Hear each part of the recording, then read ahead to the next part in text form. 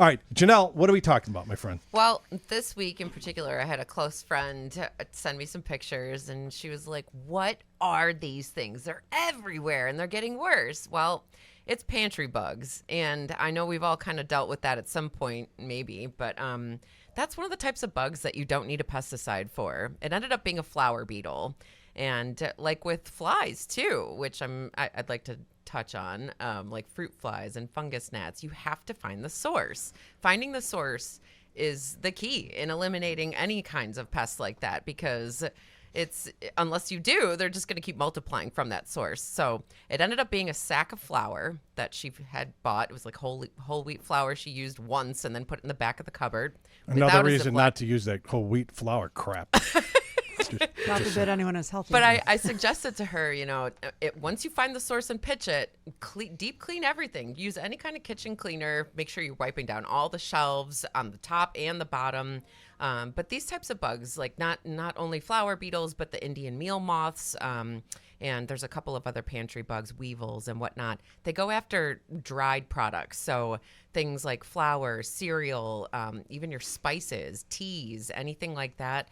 We've even found them in dog food or bird seed that is being stored in the pantry or garages. So eliminating the source will ultimately eliminate where they're breeding. Is better packaging instead of keeping it in the bag? Do you put absolutely. it in like a sealed container? Like Ziplocs or Tupperware. Those are the best solutions for that.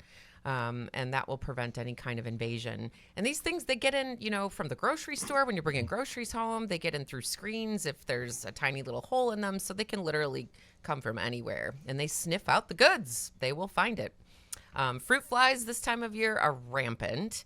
I actually have them in my kitchen right now, and I hate to admit that, but the bug lady has bugs. I know. This happens human. every year. As pets, no, we need to that's clarify a very because you valid love question. pets. I know. Okay. Somebody asked me that yesterday too. Like you named them, right? No. Okay. Are you sure? So fruit flies literally breed in the gunk that builds up in your sink strainer or your pipes or any organic fruit or produce that's laying on the counter, and they're not eating the fruit.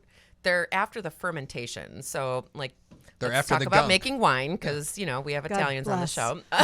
Finally, I can relate. The fermentation process, emits CO2, and that's what these bugs are using to detect where their next egg-laying spot is. So if you've got a bunch of bananas on the counter and you've got fruit flies around them, guess what? They might have already impregnated it with eggs. Oh, that's disgusting. Isn't it, though? Oh, wow. Yeah. Okay. And so when you think about how these bugs get into your food items, they're leaving toxins behind. They're contaminating the products. So you can't just assume that if you shake it off, then it's going to be fine to eat. That could really upset your stomach. Can I ask a question? So I saw online, a video. You take hot steaming water and pour it down the sink. Is that what you recommend at the end of every day? Okay. Because that's not going to do squat.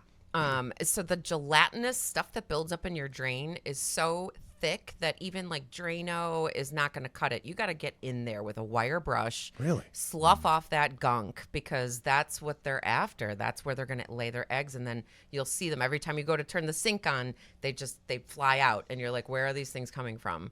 And while their lifespan is only a few days, the breeding cycle can be hundreds at a time. So that's why it's like perpetual.